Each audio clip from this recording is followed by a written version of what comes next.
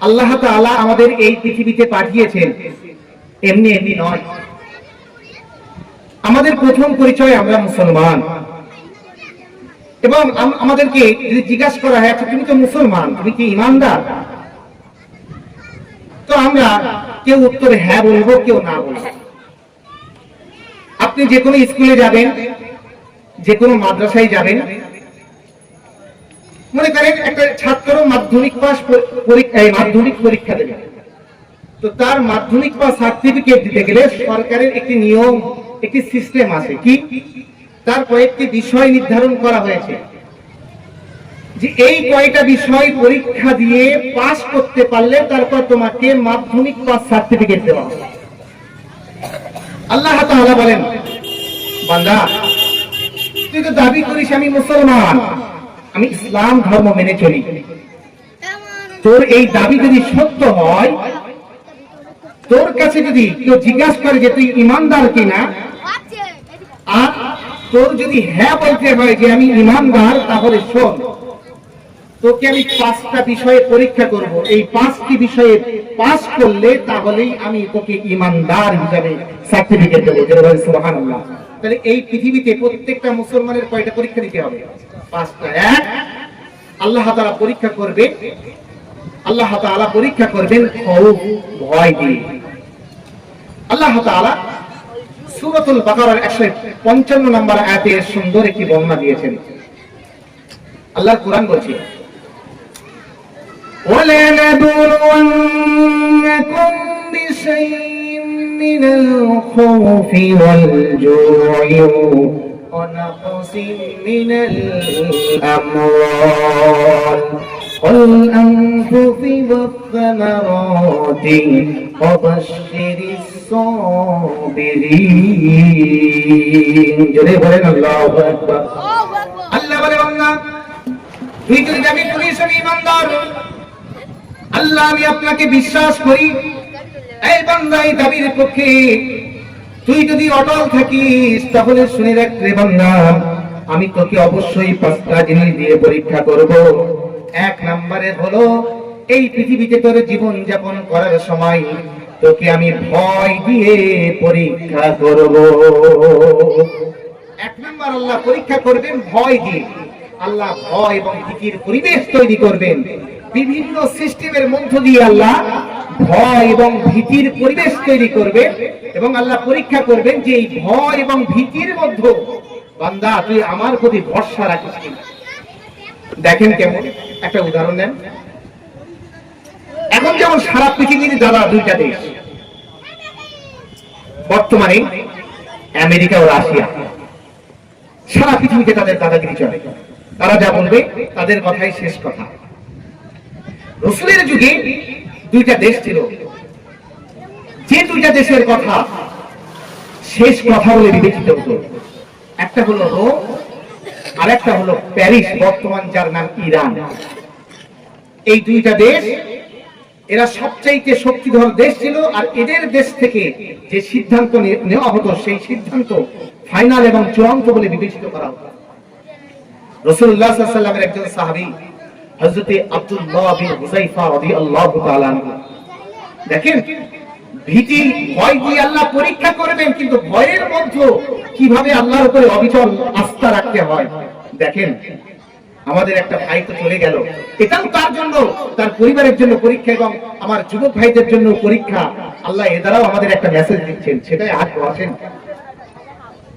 আব্দুল্লাহ বিন হুযায়ফা রাদিয়াল্লাহু তাআলা আনহু এবং রাসূলের আরো কিছু সাহাবী, তাদেরকে ওই যে শক্তিধর 2টা দেশ রোম এবং ইরান, বর্তমান ইরান প্যারিস, রোমের বাদশা হিরাক্লিয়াস তাকে কি করলো? আটক করলো। রাসূলের কিছু সাহাবী, একজনের নাম কি আব্দুল্লাহ বিন হুযায়ফা, তিনি হচ্ছেন ওই সাহাবীদের ভিতরে দলনেতা ছিলেন। হিরাক্লিয়াস তিনি বলছেন তার প্রাসাদের সৈন্যবর্গদেরকে, এই যাদের ধরে এনেছি ওদের চিনিস? বলছে না। বলছে শোন, ওরা কিন্তু মুসলমান, জানিস ওরা, ওদের ঈমানের জোর এত বেশি, ওদের যা দিয়ে পরীক্ষা করবি ওরা জান দেবে তো ঈমান দেবে না। বলেন সুবহানাল্লাহ।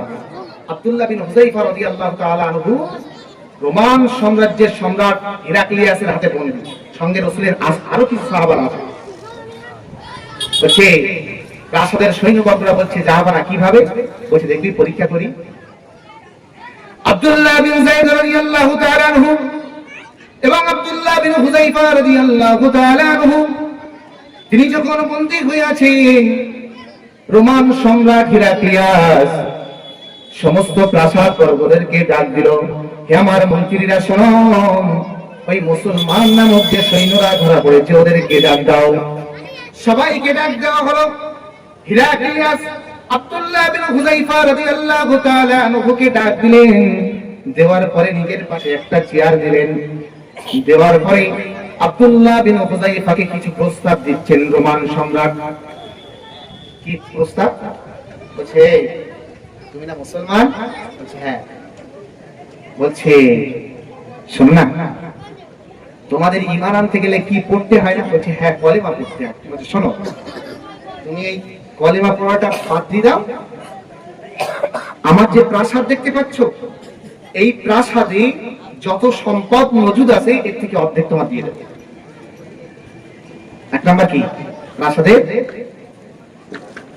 আব্দুল্লাহ বিন হুযায়ফা রাদিয়াল্লাহু আনহু রোমান সম্রাটের এই প্রস্তাব পাওয়ার পরে এক কথাই বলে দিলেন, এই রোমান সম্রাট হিরাক্লিয়াস শুনে রেখে দে, যে প্রস্তাব তুই আমার ঈমানের বিনিময়ে দিয়েছিস ওই প্রস্তাব আমি গ্রহণ করতে রাজি না।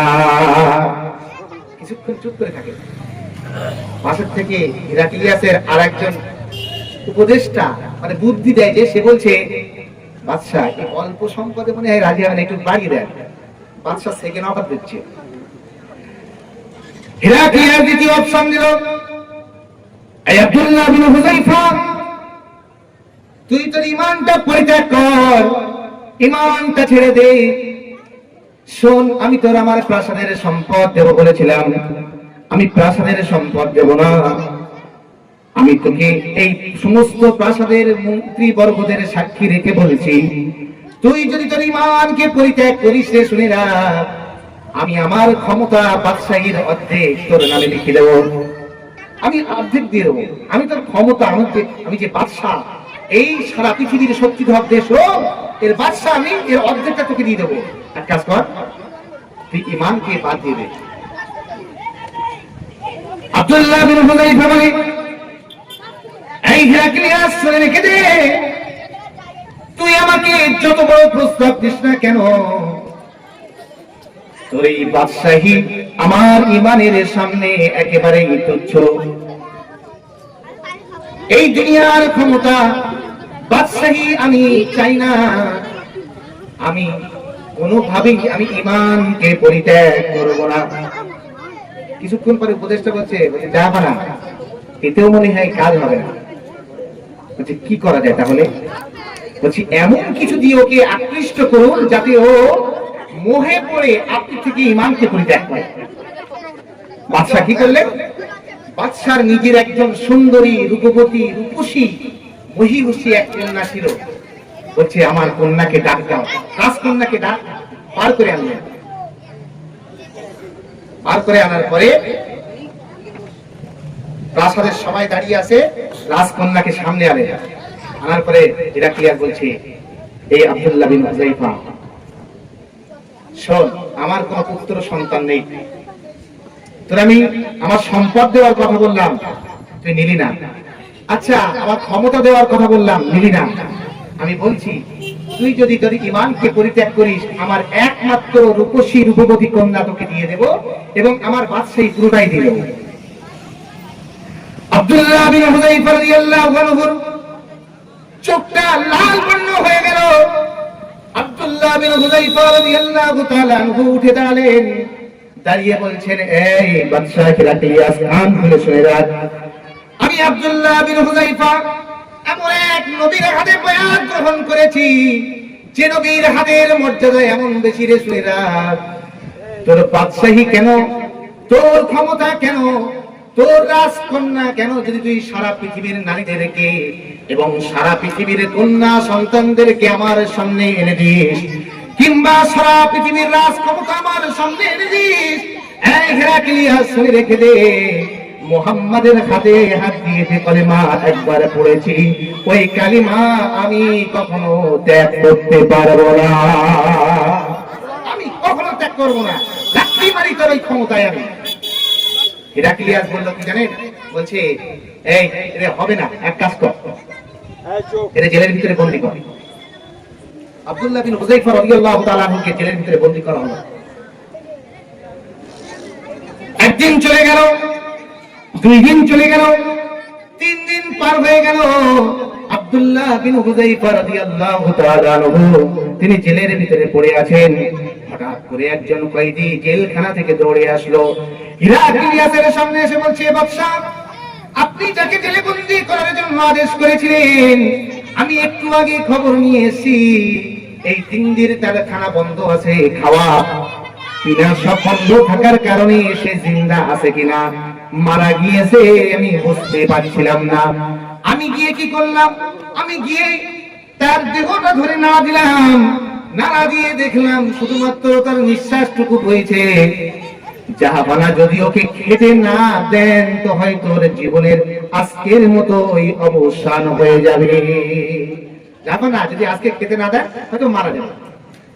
জাহাপানা বাদশা হিরাক্লিয়াস বলছে, আচ্ছা এক কাজ কর, আরো বড় একটা পরীক্ষা করা যায়, ওর তো এখন গলা ভর্তি ক্ষুধা তৃষ্ণা, এক কাজ কর, ওর সামনে একটু গোশত নিয়ে যা, খাদ্য হিসাবে গোশত নিয়ে যাবি, আর পানি হিসাবে এক ধরনের পানি নিয়ে যাবি। কি পানি নিয়ে যাবো, কি গোশত নিয়ে যাবো? বললো শোন, শুকরের মাংস নিয়ে যাবি, আর পানি হিসেবে মদ নিয়ে যাবি। এতে লাভ হচ্ছে 2টা। বাদশা বলছে 1 নাম্বার লাভ কি? বলছে শোন, 1 নাম্বার লাভ হলো ও ক্ষুধার তাড়নায়, পিপাসার তাড়নায় শেষ সময়ে এসে হয়তো এটা হতে পারে ওর ঈমানকে টিকিয়ে দিতে পারে। পেটের টান ধরলে তখন তো অনেক কিছু হতে পারে, আমরা হয়তো খেয়ে ফেলতাম, আমরা বলছো হয়তো বাধ্য হয়ে খেয়ে ফেলবে, কিংবা শোন যদি তাও না হয় বাধ্য হয়ে যদি খেয়ে ফেলে ঈমান দুর্বল হয়ে যাবে, আর খেয়ে ফেললে আরো একটা লাভ হবে, সেটা শোন, দুটোই যেহেতু অপবিত্র জিনিস, অপবিত্র জিনিস যে ওর দেহের ভিতরে প্রবেশ করাবে, ও যে অবিচল ঈমানের উপরে দাঁড়িয়ে আছে, ওর ঈমান যে মজবুত, সেই ঈমান হালকা হয়ে যাবে, ও কলেমা তখন ত্যাগ করবে। আব্দুল্লাহ বিন হুযায়ফা রাদিয়াল্লাহু আনহুকে জেলখানার ভিতরে বসানো হলো, সব মানুষকে বসানোর পরে আব্দুল্লাহ বিন হুযায়ফার সামনে 2 প্রকারের খানা নিয়ে যাওয়া হলো। শরীয়তের মাসলা জানেন তো, মানে মাজবুরির ক্ষেত্রে শরীয়তের মাসলা, মনে করুন আপনি একটি মরুভূমি দিয়ে যাচ্ছেন, এমন একটা সংকটময় পরিস্থিতি তৈরি হয়েছে, আচ্ছা বলেন তো মদ খাওয়া কি হারাম? কিন্তু শরীয়তের মাসলা হচ্ছে, যদি এমন পরিস্থিতি বা সিচুয়েশন তৈরি হয় যে সেখানে আপনি কোনো পানি পাচ্ছেন না, আর সামনে আপনার মদ ছাড়া কিছু নেই, তো শরীয়ত কিছুটা ছাড় দিয়েছে, আপনার গলা ভিজানো, মানে যতটুকখানি পরিমাণ খেলে আপনার জীবনটা বাঁচবে ততটুকখানি পরিমাণ খাওয়া শরীয়ত ছাড় দিয়েছে। রাসূলের সাহাবীদের ঈমান কি, আমাদের যদি ওই রকম অবস্থা হতো 2 দিন 3 দিন না খাওয়া, সেই ব্যক্তির সামনে যদি কিছু আনা হতো বলতো নিয়ে আসবি, এমন সব যায়। আব্দুল্লাহ বিন হুযায়ফা রাদিয়াল্লাহু তাআলা আনহুকে বসানো হলো এইভাবে। আব্দুল্লাহ বিন হুযায়ফা বসলেন, দেখে তার জন্য খাদ্য প্রস্তুত করা হয়েছে, ওই 2 ধরনের খাদ্য। আব্দুল্লাহ বিন হুযায়ফা রাদিয়াল্লাহু তাআলা আনহু ভালোভাবে বুঝতে পারছেন না, তার সামনে যখন এই নাফাক খাদ্য, অপবিত্র খাদ্য, হারাম খাদ্যের অফার করা হলো, আব্দুল্লাহ বিন হুযায়ফা রাদিয়াল্লাহু তাআলা আনহু তিনি তার পূর্ণ শক্তি কণ্ঠনালীর কাছে এনে বলছেন, এই হেরাক্লিয়াসের সেনাবাহিনী শুনে রাখ, যতই আমাকে জোর করিস না কেন, আমি না খেয়ে খেয়ে আমার প্রাণ বায়ু আমার শরীর থেকে বার হয়ে যাবে, আমার নাকের আগা থেকে নিঃশ্বাস বাহির হয়ে যাবে, তবু আব্দুল্লাহ বিন হুযায়ফা নাপাক খাদ্য তার গালে তুলবে না, এই দেহে আমি নাপাক খাদ্য তুলবো না। বলছে শোন, হিরাক্লিয়াসের কাছে দৌড়ে গেল, বাদশার এক কয়েদি এই কারারক্ষী বলছে, যাবো না, কাকে ধরে এসে এ ওই ক্ষুধার্ত অবস্থায় তাও খাচ্ছে না। বলছে এইভাবে হবে না, ওর একটু ভয় দেখাতে হবে। কি ভয় দেখাতে হবে? বলছে শোন, ওর সাথে আর কয়জন সঙ্গী ছিল না, ওর থেকে একটা ওর সামনে বার করে নিয়ে রাসূলের একজন সাহাবীকে জেলখানা থেকে বার করে নিয়ে আসা হলো। এনে আব্দুল্লাহ বিন হুযায়ফা রাদিয়াল্লাহু তাআলা আনহুর সামনে রাখা হলো। হিরাক্লিয়াস বলছে, এখনই আগুন প্রস্তুত কর এবং একটা কড়া প্রস্তুত কর, ওই কড়ায় পূর্ণ তেল দিবি। উত্তপ্ত তেলে ও সাথীদের মধ্য থেকে একজন করে তুলে দেওয়ার কড়ায় ফেলেন। দেখি কতক্ষণ ইমানের উপরে অবিচল থাকতে পারে। প্রথম নিয়ে আসা হলো একজনকে, আব্দুল্লাহ বিন হুযায়ফা ওই চলাচূর্ণ ক্লান্তময় শরীর নিয়ে দেখছেন রাসূলের একজন সাহাবীকে, জীবন্ত সাহাবীকে ধরে জালেম বাদশা কড়ার ভিতরে পুরে দিল। জোরে বলেন নাউযুবিল্লাহ। আল্লাহর নবী এক সাহাবী ছটফট ছটফট করতে করতে শহীদ হয়ে গেল। আল্লাহর নবীর সাহাবীরা সবাই আছেন। আব্দুল্লাহ বিন হুযায়ফা রাদিয়াল্লাহু আনহু তিনিও বসা আছেন। আল্লাহর নবীর সাহাবীদেরকে যখন এক এক করে ওই গরম তেলের ভিতরে কড়ার ভিতরে ফেলছেন, আর একজন করে শহীদ হয়ে যাচ্ছেন। আব্দুল্লাহ বিন হুযায়ফা রাদিয়াল্লাহু তাআলা আনহুর চোখ দিয়ে টপ টপ করে পানি পড়ছেন। সবাই চলে গেছেন, এক এক করে বিদায় হয়ে গেছেন। বাকি রয়েছেন আব্দুল্লাহ বিন হুযায়ফা রাদিয়াল্লাহু তাআলা আনহু, একাই বসে আছেন। হিরাক্লিয়াস তখন বলছে, হে ভয় লাগে? আমাদের হলে কি হতো? মনে করুন এমন একটা পরিস্থিতি তৈরি হয়েছে, এক এক করে ধরে ধরে আমাদের এরকম অবস্থার সামনে দাঁড় করিয়েছে, আমরা আসি, তাহলে আমাদের অবস্থাটা কি হতো? মনে করুন আমি যদি শেষে থাকতাম, হয়তো আমার তো ইমান নেই, মানে যা আছে আড়াচুটো, এই ইমান দিয়ে আমার মনে হতো আমি অনেক আগে যখন খাওয়া বন্ধ করে দিত তখনই আমার ইমানের গল্প সহজ হয়ে যেত। আব্দুল্লাহ বিন হুযায়ফা রাদিয়াল্লাহু তাআলা আনহু তিনি তখনও ইমানের উপরে ইস্তেকামাত, অত ভয়ের পরিবেশের মধ্যে বলছে, হিরাক্লিয়াস বলছে, ভয় লাগছে? এই আব্দুল্লাহ বিন হুযায়ফা, কাঁদছো কেন? ভয় লাগছে? আব্দুল্লাহ বিন হুযায়ফা রাদিয়াল্লাহু তাআলা আনহু বলছে, এই বাদশা হিরাক্লিয়াস, শুনে রেখে দে, তোর মনে হতে পারে আমি আব্দুল্লাহ বিন হুযায়ফা ভয়ে কাঁদছি, কিন্তু একবারও নয়, আমি ভয়ে কাঁদছি না, আমি কাঁদছি একটা কারণে। হিরাক্লিয়াস বলছে, কি কারণ? আব্দুল্লাহ বিন হুযায়ফা বলছে, এই হিরাক্লিয়াস, শুনে রেখে দে, আমি আফসোসের জায়গা থেকে কাঁদছি। আমি কাঁদছি, আফসোস করছি যে এই কারণে আল্লাহ আমার কেন জীবন একটা দিল।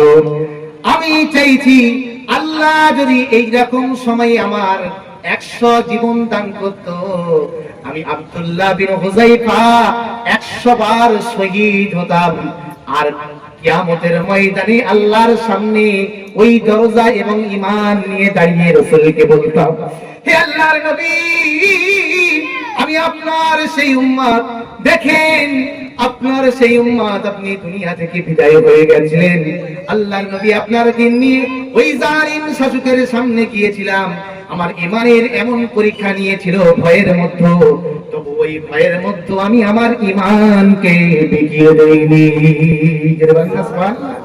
দাও খোদা দাও আমায় আবার তোমারি দারাজ দিল, দাও খোদা দাও আমায় আবার তোমারি দারাজ দিল, দাও আলীর মতো বীর সেনানি, আলীর মতো বীর সেনানি জগাতে নিখিল, দাও খোদা দাও আমায় আবার তোমার দারাজ দিল, দাও খোদা দাও আমায় আবার তোমার দারাজ দিল। এক নম্বর আল্লাহ কি নিয়ে পরীক্ষা নেবেন? ভয় নিয়ে। আল্লাহ দেখবেন যে বান্দা তুই যে ঈমান এনেছিস, দাবি করছিস যে আমি ঈমানদার, এই পৃথিবীতে তোর সামনে হাজারো ভয়ের পরিবেশ তৈরি হবে, ওই সময় যদি আমার প্রতি অবিচল আস্থা রাখতে পারিস, বান্দা তোকে আমি ঈমানদার হিসাবে সার্টিফিকেট দেব। 2 নাম্বার হলো ক্ষুধা দিয়ে। ক্ষুধা, আল্লাহ ক্ষুধা দিয়ে পরীক্ষা করবেন। খিদে, খিদে আমরা যেটা বাংলায় বলি, ক্ষুধা দিয়ে। ক্ষুধা দিয়ে পরীক্ষা করবেন যে আমরা ক্ষুধা, তীব্র ক্ষুধার ভিতরে থাকা সত্ত্বেও কিভাবে আল্লাহর উপরে অবিচল থাকি। প্রমাণ নেই, এই প্রমাণ দিয়েছিলেন আল্লাহ নবী সাহাবীরা। আল্লাহ নবী একদিন মসজিদে নববীতে বসে আছেন, এশার নামাজ বাদ রাসূলুল্লাহ সাল্লাল্লাহু আলাইহি ওয়াসাল্লাম বসে আছেন। হঠাৎ এক ব্যক্তি এসে বলছে, আল্লাহ নবী, আমি সারাদিন আজকে কিছু খেতে পারিনি, আমি গলা পর্যন্ত ক্ষুধা নিয়ে আপনার সামনে দাঁড়িয়েছি, আমার বিশ্বাস যিনি রাহমাতাল লিল আলামিন তার সামনে গিয়ে যদি আমার এই ক্ষুধার্ত চেহারা নিয়ে দাঁড়াই, এই ক্লান্ত শ্রান্ত চেহারা নিয়ে দাঁড়াই, রাহমাতাল লিল আলামিন আমাকে ফেরাবেন না। আল্লাহ নবী আমাকে কিছু খেতে দেন। আল্লাহ নবী এক সাহাবীকে আদেশ করলেন, আহলে বায়াতের অন্তর্ভুক্ত যে সমস্ত সাহাবীরা, আহলে বায়াত মানে বলেন তো রাসূলের পরিবারভুক্ত। আমাদের আমাদের আমাদের দেখবেন, একটু খেয়াল করে দেখবেন, আমাদের বাড়িতে আমাদের বাড়িতে একটা ছেলে কাজ করে, তো আমরা এই আলো থেকে মাছগুলো একটু দিয়ে দাও বাড়িতে। বাড়িতে আপনার স্ত্রী থাকে, আপনার কন্যা সন্তান থাকে, খেয়াল রাখবেন। রাসূল পাঠাতেন ভিতরে সাহাবীদেরকে, কাদেরকে? যে সমস্ত সাহাবীরা রাসূলের স্ত্রীদের কাছে বেগুনা ছিল না, তারা মুহাররম ছিল। মানে কি? যেমন আয়েশা রাদিয়াল্লাহু তাআলা আনহার কাছে তার পিতাকে পাঠাতেন। কি বলেন তো দেখি? আয়েশা রাদিয়াল্লাহু তাআলা আনহার পিতার নাম কি? আবু বকর রাদিয়াল্লাহু তাআলা আনহু। হযরত আবু বকর রাদিয়াল্লাহু তাআলা আনহুকে আয়েশার কাছে রাসূল পাঠাতেন মাঝে মাঝে। কারণ কন্যার কাছে পিতাকে পাঠালে তো কোনো অপরাধ হবে না। এই জন্য চেষ্টা করবেন, আমরা এইসব সুন্নাতগুলো তো ভুলে গেছি, যার কারণে দেখবেন ওই জন্য একটা বাড়িতে, একটা লোকের বাড়িতে কাজ করে একটা ছেলে, বেশ বয়স, ভালো বয়স হয়েছে, ওই লোকের একটা মেয়ে আসে, কিছুদিন বাড়িতে মাছ পাঠাতে আল্লাহ আলহামদুলিল্লাহ কাজ ঘটিয়ে ফেলেছে। কদিন পরে শোনা যাচ্ছে অমুকের মেয়ে নেই, কোথায় গিয়েছে? অমুক ছেলের সঙ্গে চলে গেছে। এই সুন্নাতগুলো আমরা ত্যাগ করেছি, যার কারণে তো আমাদের কপালে এরকম বিপদ আসা শুরু করেছে। যাই হোক, রাসূলুল্লাহ সাল্লাল্লাহু আলাইহি ওয়াসাল্লাম এক সাহাবীকে পাঠালেন যে আমার পরিবারের কাছে যাও, গিয়ে দেখো তো আমার বাড়িতে কিছু আছে কিনা। গেলেন, গিয়ে দেখলেন, খবর নিলেন, রাসূলের কোন স্ত্রীর কাছে দেওয়ার মতো, খাওয়ার মতো কিছুই নেই। রাসূল মসজিদে নববীতে দাঁড়িয়ে গেলেন। আল্লাহর নবী বলছেন, হে আমার সাহাবীরা যারা মসজিদে নববীতে উপস্থিত আছো, একজন হাত তুলো দেখি, আল্লাহর এই মেহমান বান্দাকে কে গ্রহণ করবে? আমরা মেহমান দেখলি তো অনেক সময় আমাদের মুখ কালো হয়ে যায়, জানেন? এগুলো এই কারণে হয়, আমরা কপাল পোড়াতে। অনেক সময় দেখবেন এরকম হয়, আমার এক আত্মীয় এসছে, অনেকদিন দেখা সাক্ষাৎ হয় না, সেইভাবে রিলেশন নেই, দেখবেন কুটুম বাড়িতে গেলে এরকম হয়, আত্মীয় মানুষ দেখা হয়েছে তাও আমরা কথা বলি না, বা তাদের বাড়িতে গিয়েছেন, আপনার চেনাশোনা মানুষ আপনার বাড়িতে এসে ভালো মন্দ খেয়ে যায়, সেই মানুষটা দেখবেন কেমন একটা অপরিচিত ভাব নিয়ে আপনার পাশ কাটিয়ে চলে যাচ্ছে। এগুলো দুঃখের বিষয়। আল্লাহ নবী মুসা আলাইহিস সালাম একদিন আল্লাহর কাছে জিজ্ঞাসা করছেন, আল্লাহ একটা প্রশ্ন আমার। আল্লাহ বলছে, মুসা কি প্রশ্ন বলো? মুসা আলাইহিস সালাম বললেন, আল্লাহ কাছে প্রশ্ন এই যে আপনি যখন খুশি হন তখন আপনি কি করেন? আল্লাহ, আপনি খুশি হলে কি করেন? আপনার খুশির প্রকাশ কি? আমরা খুশি হলে তো ড্যান্স করি, আনন্দ করি, একটা পিটি করি, আমরা সাধারণ মানুষ। নবী জিজ্ঞাসা আল্লাহর কাছে যে আপনি যখন খুশি হন কি করেন? আল্লাহ বলছেন, মুসা আমি খুশি হলে কি করি জানো? মুসা, আমি যখন খুশি হই আমি সর্বপ্রথম যে কাজটি করি, আমার বান্দাদের প্রতি আমি সন্তুষ্ট হয়ে আমার বান্দাদের উপরে রহমতের বৃষ্টি নাজিল করি। সুবহানাল্লাহ। এক নম্বর কি করে আল্লাহ? বৃষ্টি নাজিল করেন। দুই নম্বর মুসা আলাইহিস সালাম জিজ্ঞাসা করছেন, আল্লাহ তার চাইতে বেশি হলে কি করে? আল্লাহ বললেন, মুসা তার চাইতে বেশি সন্তুষ্ট যখন হই তখন আমি আমার কোন বান্দার বাড়িতে আমি কন্যা সন্তান মেহমান করে পাঠিয়ে দিই। সুবহানাল্লাহ বলবেন না?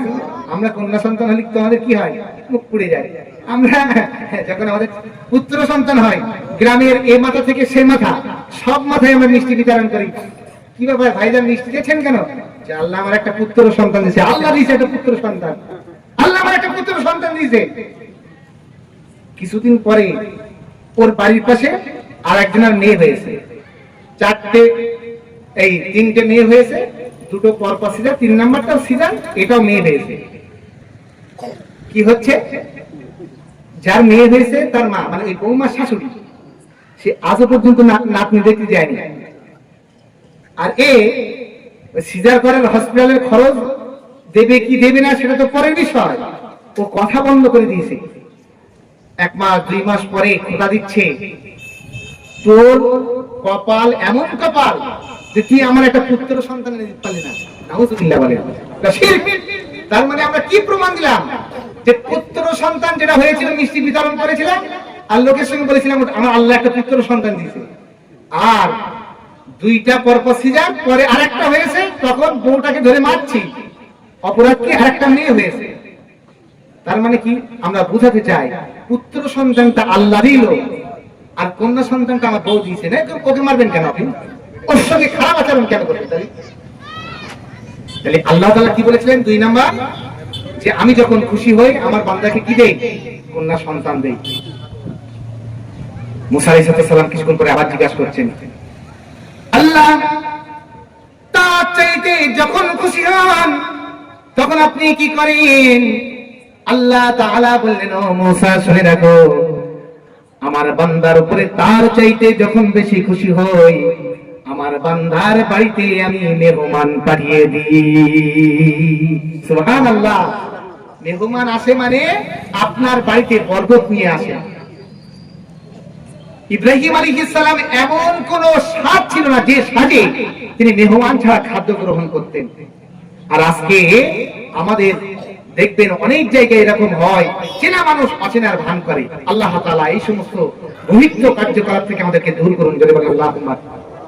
যাই হোক, আসলো রাসূল মসজিদে নববীতে একজন এসে খাওয়ার জন্য। আল্লাহর নবী বললেন, কোন সাহাবী আছে যে সাহাবী আমার এই আল্লাহর বান্দাকে আজকে রাত্রে মেহমান বানাবে? আল্লাহর নবীর সাহাবী হযরত আবু তালহা রাদিয়াল্লাহু আনহু তিনি দাঁড়িয়ে গেলেন। আল্লাহর নবী, আপনি আমার উপরে দায়িত্ব দিন, আপনার এই সাহাবীকে আমি আমার বাড়িতে মেহমান করে নিয়ে যাব। আল্লাহর নবীর সাহাবী হযরত আবু তালহা রাদিয়াল্লাহু তাআলা আনহু রাসূলের কাছ থেকে ওই সাহাবীকে নিয়ে তিনি তার বাড়িতে চলে গেলেন। বাড়িতে চলে যাওয়ার পরে সর্বপ্রথম তিনি একজন বেগুনা পুরুষকে নিয়ে যাচ্ছেন, এই জন্য বাড়ির ভিতরের মানুষদেরকে সালাম প্রদান করেছেন। এটা একটা সুন্নাত। আমি আপনার বাড়িতে যদি যাই, আপনার বাড়ির আপনার স্ত্রী আপনার বোন আমার কাছে বেগুনা, সুতরাং কেউ যদি বাইরের মেহমান নিয়ে অন্তত বাড়িতে যায়, অন্তত বাড়ির মহিলাদেরকে একবার সজাগ করে দেওয়া উচিত যে আমি কোনো কাউকে নিয়ে আসি। হযরত তালহা রাদিয়াল্লাহু তাআলা আনহু বাড়িতে গেলেন, সালাম দিলেন, দরজা খোলা হলো, মেহমানকে বসতে দিলেন, ভিতরে গেলেন। তালহা রাদিয়াল্লাহু তাআলা আনহু তার স্ত্রীকে বলছেন, বাড়িতে খাওয়ার কিছু আছে? আল্লাহর নবীর সাহাবী আবু তালহার স্ত্রী বলছে, হে আমার স্বামী, বাড়িতে অন্য একজন মেহমানকে আঞ্জাম দেওয়ার মতো কিছু নাই।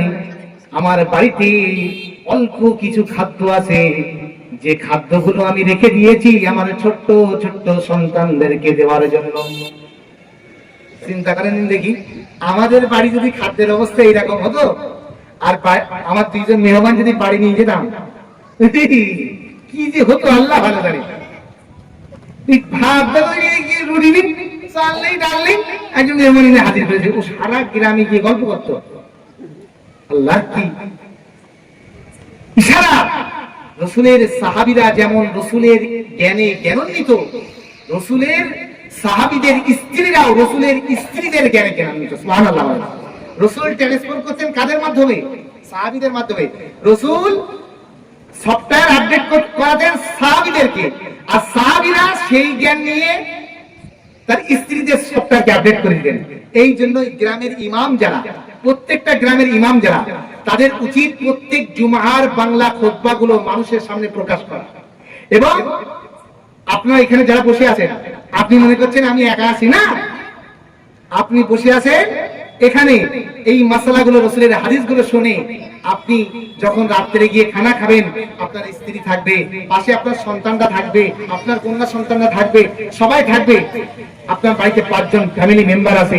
এই একটা হাদিস গিয়ে যদি আপনার ওই খানা গ্রহণ করার মাঝে যদি হাদিসটা অ্যাপ্লাই করতে পারেন, বলতে পারেন, তো আপনার পরিবারের 5 জন সবাই ওই হাদিসটা জেনে গেল। মানে আপনি এখানে 50 জন মানুষ যদি বসে থাকে বা 100 মানুষ যদি বসে থাকে, তাহলে 100 পরিবার আমার সামনে বসে আছে। যদি আমি একটা হাদিস বলি, এই একটা হাদিস 100 পরিবারের কাছে পৌঁছে যাবে, এই 500 পরিবারের কাছে পৌঁছে যাবে। সুবহানাল্লাহ। এইভাবে পৌঁছানো উচিত। রাসূল সাহাবীদেরকে সেই জ্ঞানটা দিয়েছিলেন যে দেখো, মেহমান আসলে রাগ করতে নেই। সাহাবীর স্ত্রী বুঝতে পারলেন, সাহাবীর স্ত্রী আবু তালহাকে জ্ঞান দিচ্ছে, কিভাবে জানেন? সান্ত্বনা দিচ্ছে, আমার স্বামী, আপনাকে আল্লাহ মেহমান পাঠিয়েছেন, আপনার আমার নসিবের ব্যাপার। আমার বাড়ি থেকে বিপদ আপদ দূর হয়ে যাবে, আমার বাড়িতে বরকত নেমে আসবে। হে আমার প্রাণ প্রিয় স্বামী, আপনি আপনার মেহমানকে ব্যবস্থা করুন। আমার সন্তানদের জন্য যে খাবার আছে, এই খাবার আমি প্রস্তুত করছি। যদি বলেন সুবহানাল্লাহ। খাদ্য দেওয়া হলো, এই খাওয়া দেওয়া হলো। দেওয়ার সময় স্ত্রী শিখিয়ে দিচ্ছে, শোনো, খাওয়া বলো যা দিচ্ছি, এইগুলোই সব একজনের তাই ভালোভাবে হবে না, একজনের পুরোপুরি হবে না। আমরা কি করব? আপনার মেহমান যদি কোনোভাবে বুঝতে পারে যে আমরা রাতে না খেয়ে আসি, তো আপনার মেহমান কি করবে জানেন? কষ্ট পাবে, হয়তো সেও খাওয়া বন্ধ করে দেবে। এক কাজ করবা, এই খাদ্যগুলো নিয়ে যাও, যখন মেহমান হাত ধুবে খাওয়ার জন্য, লোকমা গালে তুলতে যাবে, তখন আপনি বুদ্ধি করে যে কাজটা করবেন, সামনে যে চিরাগ জ্বলবে, এখন তো লাইটের যুগ, তখন তো চিরাগের যুগ, বাতির যুগ, মানে আমাদের তেনি ছিল, তেনি বা এরকম জাতীয় জিনিস, চিরাগ এরকম জাতীয় জিনিস। তো আপনি কি করবেন? বাতিটা নিভিয়ে দেবেন, যাতে ওই সাহাবী বুঝতে না পারে যে আপনার পরিবারের অন্য সদস্যদের খাওয়া নেই। সুবহানাল্লাহ বলবেন না? আবু তালহা রাদিয়াল্লাহু আনহু তিনি তাই করলেন, খাদ্য ভর্তি প্লেট নিয়ে চলে গেলেন। এমন খাদ্য ভর্তি প্লেট একজনের খাবার তাই কুলাবে না। আবু তালহা রাদিয়াল্লাহু তাআলা আনহুর স্ত্রী সন্তানদেরকে ঘুম পাড়িয়ে শুইয়ে দিয়েছেন। আবু তালহা গিয়ে সামনে বসেন। আবু তালহা রাদিয়াল্লাহু তাআলা আনহু সামনে বসে মেহমানকে খাদ্য দিয়েছেন। মেহমান খাদ্য নেওয়ার জন্য যখন লোকমা নেওয়ার জন্য হাতটাকে ধুয়ে প্রস্তুত করছেন, আবু তালহা রাদিয়াল্লাহু তাআলা আনহু তিনি সঙ্গে সঙ্গে ওই চিরাগ বা বাতিটা নিভিয়ে দিলেন। চিরাগ বাতি নিভিয়ে দিয়ে আবু তালহা রাদিয়াল্লাহু তাআলা আনহুর সামনে কোনো প্লেট নাই, খাদ্য নাই। তিনি গালটা, তার জবানটা এমন ভাবে নাড়ানো শুরু করেছে, দেখে মনে হচ্ছে যেন আমার সামনে বসে থাকা ব্যক্তি সেও কিছু খাদ্য গ্রহণ করছে। আবু তালহা রাদিয়াল্লাহু তাআলা আনহুর স্ত্রী ঘর থেকে প্লেটগুলো, পাত্রগুলো আস্তে আস্তে করে নাড়া দিচ্ছে, আর বোঝাতে চাইছে যে দেখো, খাদ্য তোমরা গ্রহণ করছো না, বরং ঘরের ভিতরে থাকা মেহমানরাও খাদ্য গ্রহণ করছে। এই যে সারা রাত ধরে যে কার্যকলাপ আবু তালহা রাদিয়াল্লাহু তাআলা আনহুর বাড়িতে ঘটে গেল, সারা রাত ধরে স্বামী এবং স্ত্রী, ছোট্ট ছোট্ট সন্তানরা ক্ষুধার কাতনায় ছটফট ছটফট করেছে। ছোট্ট ছোট্ট বাচ্চাগুলো ক্ষুধা কাতরে কাতরিয়ে সারাটি রাত পাত করেছে। ফজরের সময় হযরত বেলাল মসজিদে নববী থেকে আল্লাহু আকবারের ধ্বনি দিয়েছে। আব্দুল্লাহ হযরত আবু তালহা রাদিয়াল্লাহু তাআলা আনহু ফজরের নামাজের সময় মসজিদে নামাজ আদায় করার জন্য মসজিদে নববীতে গিয়ে দাঁড়িয়েছেন।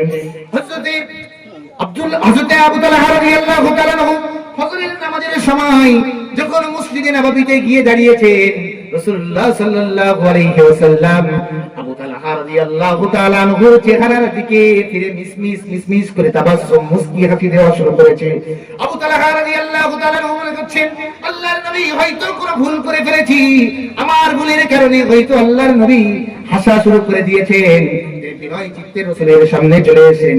চলে আসার পরে জিজ্ঞাসা করছেন, আল্লাহর নবী আপনি আমাকে maaf করে দেন। আল্লাহর নবী, যদি কোনো প্রকার ভুল ত্রুটি বিয়াদবি করে থাকি, তাহলে আপনি আমাকে ক্ষমা সুন্দর দৃষ্টিতে দেখবেন। আল্লাহর নবী, আপনার হাসির কারণ কি আমি জানতে চাই। রাসূলুল্লাহ সাল্লাল্লাহু আলাইহি ওয়াসাল্লাম আবু তালহা রাদিয়াল্লাহু তাআলা আনহুকে বললেন, ও তালহা শুনে রেখে দাও, মনে রেখে দাও, তোমার কার্যকলাপ, গত রাতের যে কার্যকলাপ তুমি দেখিয়েছো, ওই কার্যকলাপ থেকে আমি রাসূল কেন হাসছি জানো নাকি? গত রাতে এমন কিছু কাজ তুমি করেছো যে কাজের কারণে স্বয়ং আমার আল্লাহ হাসি, কুদরতের হাসি এসেছেন। জোরে বলেন সুবহানাল্লাহ। আল্লাহ সূরা হাসরের 9 নম্বর আয়াতে কারিমা নাযিল করে দিয়েছেন, ওয়া ইউসিরুনা আলা আনফুসিহিম ওয়ালাউ কানা লাহুম খাসাসা। আমার সাহাবীরা, তুমি যে ঈমানের সাক্ষ্য দিয়েছো নিজেদের ক্ষুধা থাকার কারণেও, আল্লাহ তোমাদের এই ঈমানকে পছন্দ করেছেন। সুবহানাল্লাহ। আল্লাহ তাআলা আমাদের বোঝার তৌফিক নায়েব করুন, সকলে বলুন আল্লাহুম্মা আমিন।